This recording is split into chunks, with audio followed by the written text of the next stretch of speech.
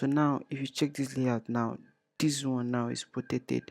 So you can see I have a protected layout. You just need to just write the protected code and then you import it. Now you can see I'm using query, don't mind me.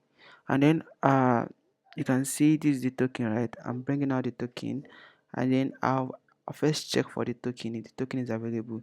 And then don't use a local storage to store your token, please.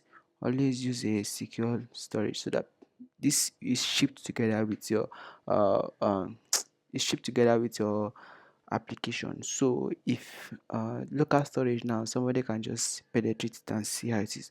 So that's another form of security. You can use local storage for any other stuff, but use a an encrypted library for storing your token. And then if you check this one now, if authorized or not authorized, the person is going to be logged out. Then this is the role of the customer, the person is the customer, and so on, blah blah blah. So that's it. And then what exactly I wanted to show you is that if you look at your own nextjs app, you might not have this src, so you might have an app.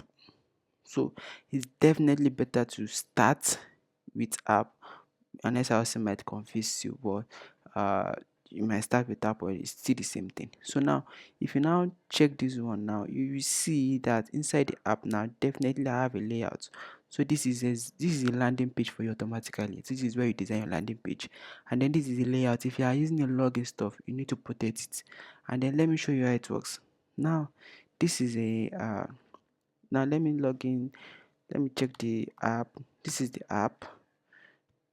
Okay, so this is the app, and then sorry about the cut screen. So this is the login as employee. Now let me log in as employee.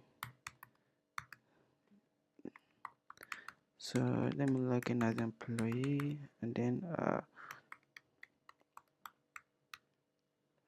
so I'm signing in. Okay, I'm signed in. You can see that I'm signed in now. So if you know how nextjs work, if you know how nextjs work, you know that to know that the route is always passed by the name. So now I want to go to a page whereby I'm not allowed to without a token initially. So let me go to one of the pages.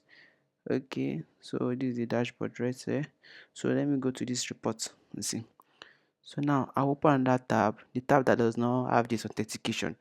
So that's the another reasons why you need to use a secure a secure hot storage better than using local storage. Let me show you. So now if I should go in now, and then I go to the dashboard, I go to the dashboard. Okay, and then I go to the report. Okay, now just give it a minute. You will see that I'm going to be bounced out, and I'll tell you the reason why I was bounced out. You can see that I was bounced out, and then here I still have an access to it here. I can still do whatever I want to do here.